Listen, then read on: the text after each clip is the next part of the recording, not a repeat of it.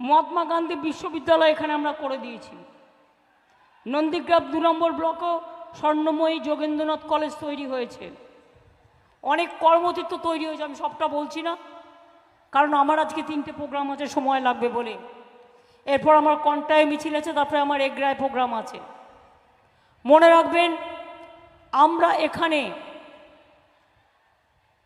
একটা বড় economic corridor করতে যাচ্ছি, যেটা ডানকুনি হলদিয়া, ডানকুনি রঘুনাথপুর হয়ে হলদিয়াতে আসবে। অর্থাৎ প্রচুর টাকার সংস্থান হবে এবং অনেক ইন্ডাস্ট্রি এখানে তৈরি হবে। একদল লোকের খুব মজা, তৈরি হবে, চাকরি বাকরি পাবে, কিন্তু আর একদল গদ্দাররা তারা কিন্তু ভাববেন না এই সুযোগে আপনার পকেটে অনেক ভারী হবে, এটা ভাববেন না, এটা ভাবার জায়গাটা করবেন না। মনে রাখবেন বন্ধুরা, যখন টিচারদের চাকরি গেল, তার কদিন আগে একজন বাবু বললেন, বাবু মশাই কি বললেন, বোমা ফাটাবো বোমা। আমরা ভাবলাম কোথা থেকে বোমাগুলি টুলি কিনেছে হয়তো। বোমা বলে কিনা 26,000 ছেলে মেয়ের চাকরি ছাঁটাই। আমি সেদিনই বলেছিলাম ওদের সাথে আছি, ওদের সাথে থাকব এবং ওদের জন্য আইনি লড়াই লড়ব, যা যা করতে হয় করব। আজকে আমি খুশি, আজকে আমি তৃপ্ত এই কারণে, শুনুন, অন্যের ঘর ভাঙলে নিজের ঘরও কিন্তু ভাঙে, এটা মাথায় রাখবেন। এই 26,000 ছেলে মেয়ে মুখ খুলছে না, পাছে সত্যিটা বেরিয়ে পড়ে। কার কাছ থেকে কে কত নিয়েছেন তারা যদি একবার বলে দেয়, মেদিনীপুরে কিন্তু সংখ্যা সবচেয়ে বেশি। একদিন না একদিন তো বেরোবে, কিচ্ছু না, চুপচাপ আমায় বলে দেবেন, আমি আপনাদের চাকরিও যাবে না, আপনাদের কোনো ক্ষতিও হবে না, আমি ক্ষতি করতে দেবো না। আমি জীবনে কারো ক্ষতি করি না, ভালো করা ছাড়া।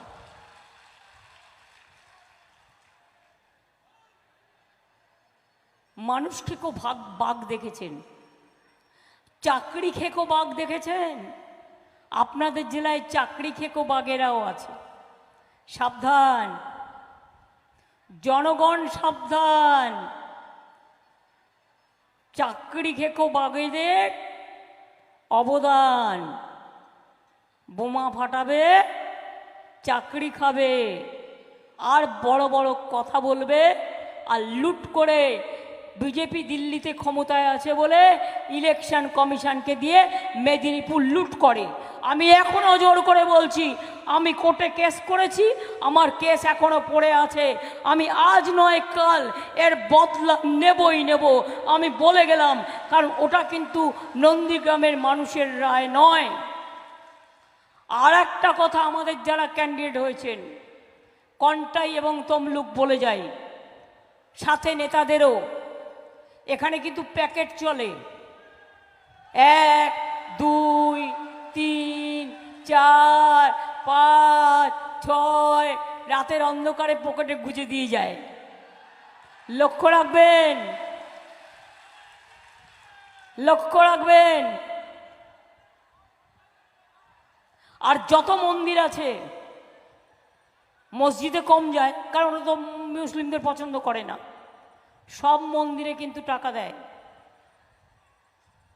টাকা আমরাও সাহায্য করেছি তা নয়, এটা আমাদের কর্তব্য, কিন্তু ভোটের জন্য টাকা দেয়া এটা আমি কখনো দেখিনি।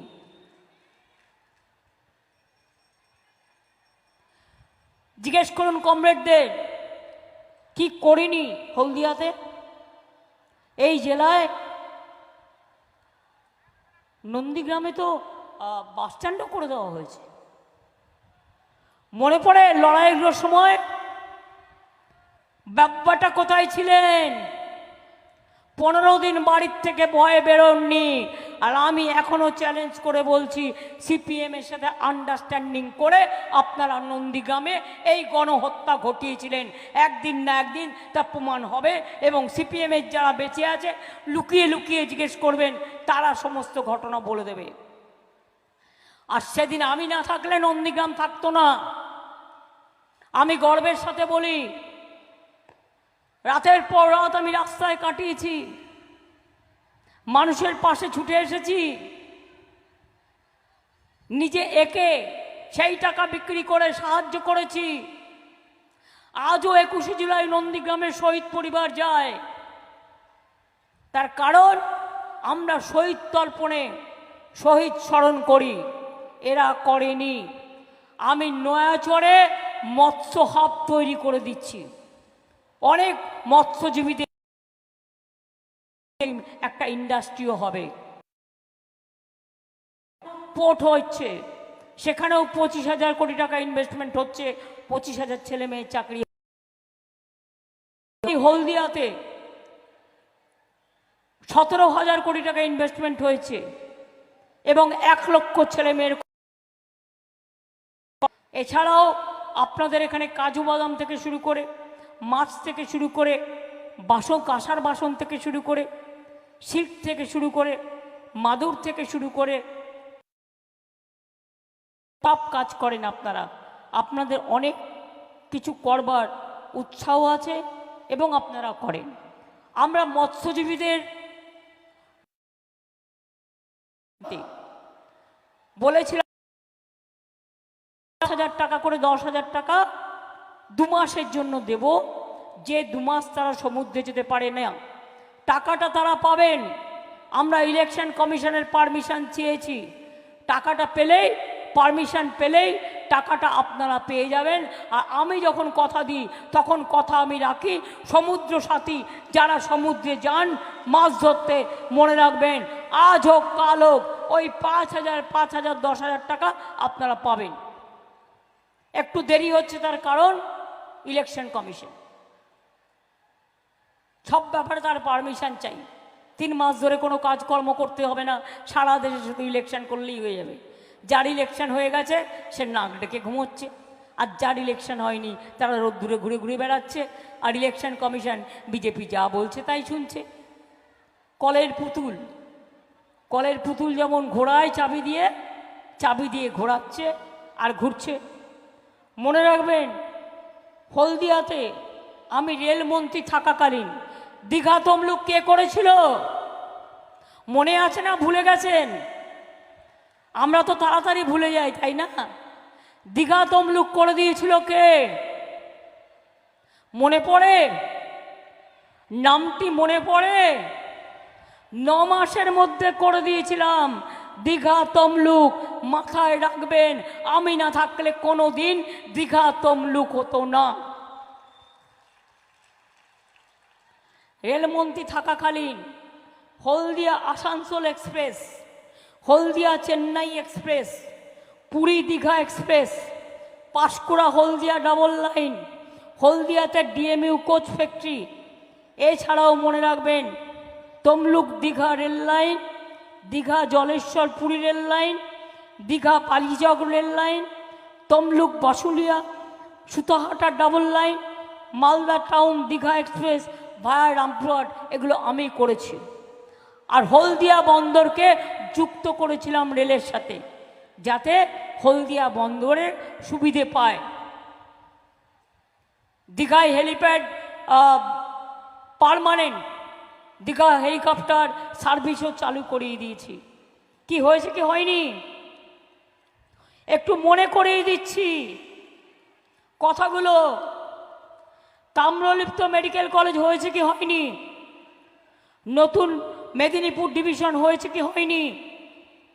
1,400 কোটি টাকার জল প্রকল্প নন্দীগ্রাম 1, 2 এবং নন্দকুমারে দেওয়া হয়েছে কি হয়নি? নিমতৌড়িতে পুরো বিল্ডিং তৈরি করা হয়েছে। 3টে নতুন কলেজ, শহীদ মাতঙ্গিনী হাজরা মহিলা কলেজ, নন্দীগ্রাম 2-এ আমদাবাদে স্বর্ণময়ী মহাবিদ্যালয়, পাঁশকুড়াতে সিদ্ধিনাথ মহাবিদ্যালয় করেছিলাম কি করিনি? মাছ শুকনো চাতাল, মাছের বাজার, মাছ সংরক্ষণের জন্য কোল্ড স্টোরেজ ও অন্যান্য পরিকাঠামো নির্মাণ, বয়স্ক মৎস্য চাষীদের বার্ধক্য ভাতা প্রদান করেছিলাম। দীঘাতে কেবল ল্যান্ডিং সেন্টারও হচ্ছে, এটা একটা বড় কাজ। দীঘা বন্দরটাকে আরও বেশি করে উন্নত করবে। তাছাড়াও একটা দুটো কাজ মনে পড়ছে দীঘায় ঘুরে এসছেন এর মধ্যে? আজকে একটা ছোট সকালে ঘটনা ঘটেছে, নদিয়ার 4 জন ভ্রমণার্থী দীঘায় যাচ্ছিলেন, তারা রাস্তায় অ্যাক্সিডেন্টে মারা গেছে। আমি প্রশাসনকে বলবো, যেহেতু অনেক ট্যুরিস্ট এই জেলা দিয়ে যাতায়াত করে, তাই তাদের মাথায় রাখতে হবে সেফ ড্রাইভ সেভ লাইফ ক্যাম্পেইনটা বেশি করে করা, এবং মোড়ে মোড়ে গাড়ি যাতে স্পিডে বেশি না চলে তার জন্য বন্দোবস্ত করা। 3-4 দিন পর পর কয়েকটা অ্যাক্সিডেন্ট আমি দেখেছি বলে আমার নজরে পড়েছে। যারা মারা গিয়েছে তারা নদিয়ার বাসিন্দা, কিন্তু মনে রাখবেন যেই মারা যাক সে তো আমাদেরই পরিবারের কেউ না কেউ। দীঘাতে আপনারা জানেন তো, পুরীর জগন্নাথ মন্দির যত বড় তত বড় মন্দির তৈরি হচ্ছে। কি দেখেছেন? যাবেন কিন্তু যেদিন উদ্বোধন হবে। আমরা নন কমপ্লিট করি না জন্য, আমাদের ঠাকুর আমার কিছু কাজ বাকি আছে, আমি ইলেকশনের পর ওটা তৈরি হয়ে গেলে আপনাদের সবাইকে আমন্ত্রণ জানিয়ে দেখাবো যে পুরীর জগন্নাথ মন্দির থেকেও এটা আরো বড় মন্দির হয়েছে, এবং তার ভোগ ঘর থেকে শুরু করে সব কিছু। মন্দিরের আয়তন সমান, ঠাকুরটা আমরা মার্বেলের করেছি, আর বাদবাকি বিরাট ভোগ ঘর, মাসির বাড়ি থেকে শুরু করে মানুষ বসা থেকে শুরু করে দারুণ করা হয়েছে। দীঘাতে সৈকত সরণি কে করেছে? বম্বের মতো মেরিন ড্রাইভ মনে পড়ে? এর জন্য 3টে সেতু নির্মাণ করা হয়েছে, নয়াখালী, জলদা এবং শৌলাতে। এত সস্তার কাজ এগুলো নয়, অনেক শয়ে শয়ে কোটি টাকা খরচা করে এই কাজগুলো করেছি বলে তাই এখন দীঘায় গেলে লোকে বলে কি ছিল আর কি হয়েছে। দীঘা গেট থেকে শুরু করে দীঘা ইন্টারন্যাশনাল কনভেনশন সেন্টার থেকে শুরু করে সবটাই করা হয়েছে। কি হয়েছে কি হয়নি? মাতঙ্গিনী হাজরার বাড়ি, মেমোরিয়াল গ্যালারি, পিঠাবনিতে স্মৃতিসৌধ, জাদুঘর, অনেক কিছুই তৈরি করা হয়েছে। আমি এটা দিয়ে যাচ্ছি, যারা মিটিং করবেন দীঘার এবং পুরো কন্টাই নিয়ে, আমি তাদের জন্য এই কাগজটি রেখে যাচ্ছি। তারা হিপিটারা ডিটেলস বলতে পারবে। আমার কাছে আরও অনেক আছে। যেভাবে দীঘাকে আমি সাজিয়ে দিয়েছি, হলদিয়াকে সাজিয়ে দিয়েছি, নন্দকুমারকে সাজিয়ে দিয়েছি, নন্দীগ্রামকে সাজিয়ে দিয়েছি, খেজুরি আগে তো শুধু খেজুরের কাঁটা দিয়ে কাটতো, এখন তো অনেক ভালো আছেন, তাই গুন্ডামি করে মস্তানি করে খেজুরিতে তৃণমূল করতে গেলে বাধা দেওয়া হয়। কত বড় ক্ষমতা এই গদ্দারদের! আর যার কাছে বিচার পাবে, কানে দিয়েছে তুলো আর পিঠে বেঁধেছে কুলো। আর সাংবাদিকদেরও বলিহারি যায়, কিছু না কিছু তো রিলেশন ওর সাথে আছেই, থাকতেই পারে, বাট টাকা পয়সার রিলেশনটা কেন? টাকা পয়সার সম্পর্কটা কেন? ও যা বলে আপনারা তাই করেন? আপনাদের মিনিমাম ধর্ম তো থাকা উচিত। যারা নেন না তাদের আমি স্যালুট করি, এর মধ্যেও 2-1 নিশ্চয়ই নেন না, কিন্তু যারা নেন তাদের নামটাও আমি ভালো করে জানি। মনে রাখবেন, মানুষ ছাড়া কাগজ চলে না, আর মানুষ ছাড়া টিভিও চলে না। এবার আমি আপনাদের কয়েকটা কথা বলি। সামনে ইলেকশন, মোদিবাবু কি বলছেন, আমি ওনাকে মোদিবাবু বলে বলবো না এখানে, আমি গ্যারেন্টি বাবু বলে বলবো, আপনারা বুঝে নেবেন। যেমন গদ্দার বলি, নাম বলি না, তেমনি এখানেও আমি নাম বলবো না, আমি গ্যারেন্টি বাবু বলবো, ঠিক আছে? তিনি কি বললেন? বিনা পয়সায় চাল দিচ্ছেন, 2 বছর ধরে 1 টাকাও দিচ্ছেন। বলুন, হয় আপনি ক্ষমা চান, আর তা না হলে বলুন যে আপনি টাকা দিয়েছেন চালের।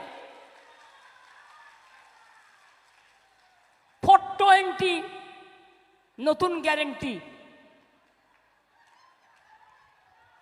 জিজ্ঞেস করুন। বলছে বাড়ি বাড়ি গ্যাস চলে যাবে, টিভি খুললেই দেখাচ্ছে, রেডিও খুললেই দেখাচ্ছে, ইউটিভি খুললেই দেখাচ্ছে, সংবাদ মাধ্যম খুললেই দেখাচ্ছে। কি বাড়ি বাড়ি বিনা পয়সায় গ্যাস পেয়ে গেছেন? কি মা বোনেরা আমার গ্যাস পেয়েছেন? গ্যাস দিয়েছে বিনা পয়সায়? তাহলে যে মিথ্যে কথা বলছে এর উত্তরটা কি হবে? এর উত্তরটা কি হবে?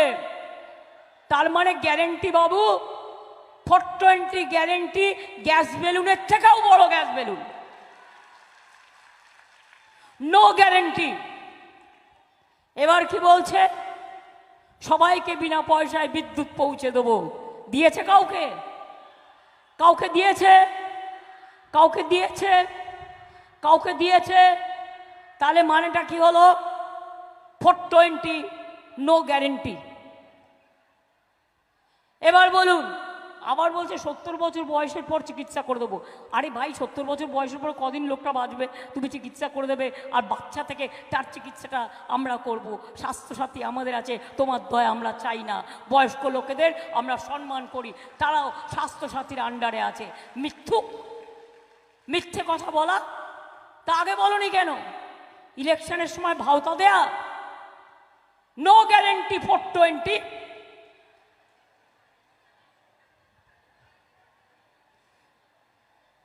হাজার টাকা গ্যাসের দাম। আবার জিতলে, যদি জিতে যায়, জিতবে না এবারে, নিশ্চিন্তে থাকুন, যদি জিতে যায় ওটা হয়ে যাবে 2000 টাকা। অর্থাৎ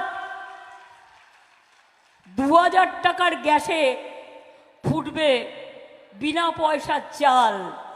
বাহবা গ্যারেন্টি লাল, বাহবা নন্দলাল, বাহবা নন্দ দুলাল, বাহবা গদ্দার দালাল। একবারও মুখ ফুটে সত্য কথাটা বলতে পারো না। কৃষকদের 10,000 টাকা আমরা দিই মাসে, এই বছরে। এমনকি যার 1 কাঠা জমি আছে সেও 4,000 টাকা পায়। তুমি দেখাচ্ছ কৃষক নিধি। কৃষক নিধি কিসের? যার 3 একর 5 একর জমি, কটা লোকের আছে?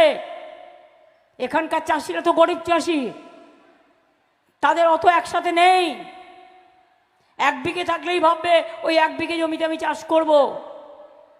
এখানে মাছের চাষ বেশি হয়, নোনা জলের চাষেও যাতে জমি নষ্ট না হয়, ধান নষ্ট না হয়, আমরা স্বর্ণ ধান আবিষ্কার করেছি। স্বর্ণ ধান তৈরি হয়েছে। যখন দীঘায় বিপদে পড়েন, ঝড় হয়, বৃষ্টি হয়, তুফান হয়, তখন কে থাকে পাশে? আমরা থাকি। সেন্ট্রাল 1 পয়সাও দেয়, 1 পয়সাও দেয় না, মিথ্যে কথা বলা ছাড়া।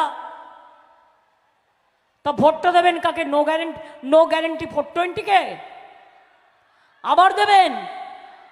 বাপ বেটা তো ছিল, কোন কাজটা করেছে 10 বছর? আমাদের মন্ত্রী হিসেবে যতদিন ছিল যা পেরেছে তা করে খেয়েছে, লুটে নিয়েছে। আমি আর নতুন করে বলতে চাই না, আমি খাতা খুলছি না, জনগণ দেখবেন। শুনুন, এদের আমার চেনা আছে। যখন তৃণমূল কংগ্রেস তৈরি করি, বাপও ছিল না, বেটাও ছিল না।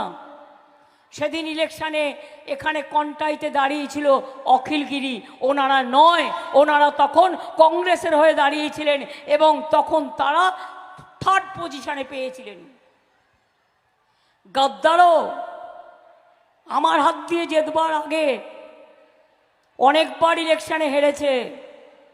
আমি অনেকবার ইলেকশন করতে এসেছি। আমি ছোট্টবেলা থেকে রাজনীতি করি, আমি এগুলো জানি। যাদের নিজেদের হাজার লক্ষ কোটি কোটি টাকার সম্পত্তি, যারা বড় বড় মাফিয়া, আজকে তারা বিজেপিতে কেন গেছে জানেন? টাকা বাঁচাবার জন্য। ভাজপা ওয়াশিং মেশিন, এই যে মাইকগুলো দেখতে পাচ্ছেন, এইরকম একটা ওয়াশিং মেশিন ধরে নিন। Washing machine Bhajpa, washing machine Bhajpa, washing machine Bhajpa. চুরি করলেই বিজেপিতে যান, সব মাপ। তাহলে কি খেলা হবে? খেলা হবে? খেলা হবে? খেলা হবে? খেলা হবে? সংখ্যালঘুরা কথা বলছে না কেন? আপনারাও কি ভয় পাচ্ছেন নাকি? এখানে এটা বাংলা, এটা উত্তরপ্রদেশ নয়, রাজস্থান নয়, বিহার নয়, এটা বাংলা, ভয় পাওয়ার কোনো কারণ নেই। আমরা সবাই একসাথে থাকি। কি আমার তপশিলি ভাই বোনেরা, খেলা হবে? একটু হাত তুলে দেখান তো, কোথায় আপনারা? খেলা হবে তো? অনেক ধন্যবাদ। আমার লক্ষ্মীর ভান্ডার খেলা হবে, মা বোনেরা খেলা হবে, কৃষক শ্রমিক খেলা হবে, ছাত্র যুব খেলা হবে। শ্রমজীবী মানুষ জেনে রাখবেন, ইন্ডাস্ট্রিও শান্তিতে চলবে। আর আপনারাও দেখবেন আপনাদের কাছে কেউ যেন কোনো পার্টির নাম করে টাকা পয়সা না নিতে পারে, যাতে আপনাদের অসুবিধা হয়, ইন্ডাস্ট্রির অসুবিধা হয়। আমি হলদিয়া ইন্ডাস্ট্রিয়াল বেল্ট বেঁচে থাকবে, কারো কাছে কোনো প্যাকেট যাবে না, এটা আমার মাথায় আমি আপনাদের সবসময় বলে রাখি। কারণ আমার পার্টি আপনাদের কারো টাকা চায় না। আমরা যা পারবো তাই করব। আমরা বিজেপির মতো অ্যাডভার্টাইজমেন্ট দিই না। আমরা যতটুকু ক্ষমতা ঠিক ততটুকু করব। আমাদের থেকে বেশি এক্সপেকটেশন করবেন না যে আমরা পকেটে গিয়ে গিয়ে টাকা গুঁজে দিয়ে আসবো, এটা আমরা পারবো না। তাই আপনাদের বলি, লক্ষ্মীর ভান্ডার মায়েরা জেনে রাখুন, মা বোনেরা। এই গদ্দাররা বলেছিল, কি বলেছিল? বলেছিল 3 মাস বাদে তৃণমূল কংগ্রেসের লক্ষ্মীর ভান্ডার বন্ধ করে দেবো। আমি বলেছিলাম, তোর ক্ষমতা থাকলে লক্ষ্মীর ভান্ডারে হাত দিয়ে দেখ।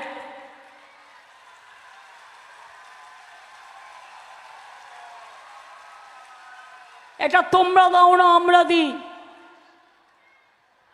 এবং শুধু লক্ষ্মীর ভান্ডার চলবে তাই নয়, যতদিন জীবনে বেঁচে থাকবেন, 60 বছরে বন্ধ হবে না। আপনি যতদিন বেঁচে থাকবেন ততদিন চলবে, এটা নিয়ম করে দেওয়া হয়েছে।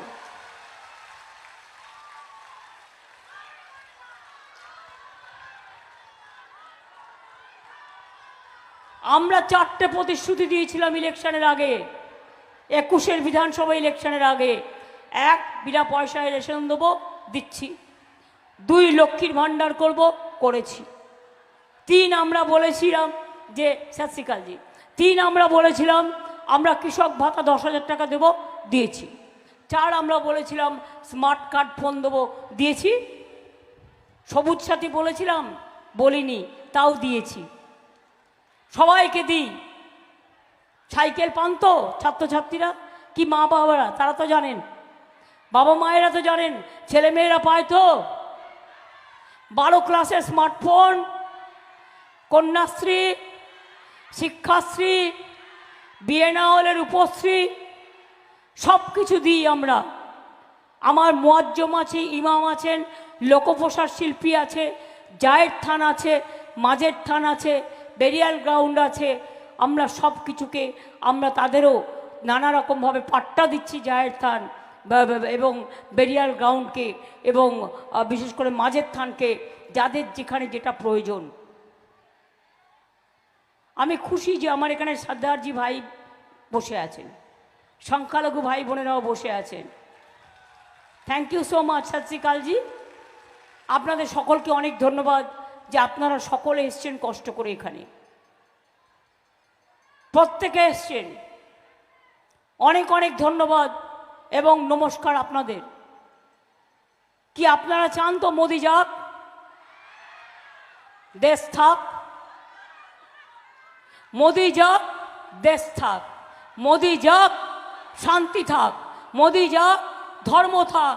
মোদি যাক, সব ধর্ম থাক। মোদি যাক, শান্তি থাক। মোদি যাক, হিংসা বন্ধ হোক। মোদি যাক, দাঙ্গা যাক। মোদি যাক, দেশ বাঁচুক। মোদি যাক, দেশ বাঁচুন। তার জন্য বলুন, অলি গলি মে শোর হ্যায়। আপনারা বলবেন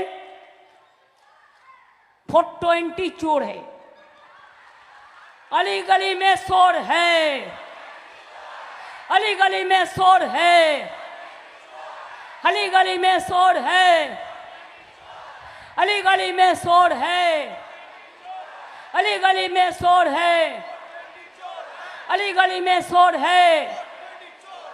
बीजेपी हटाओ, बीजेपी हटाओ, বিজেপি হটাও।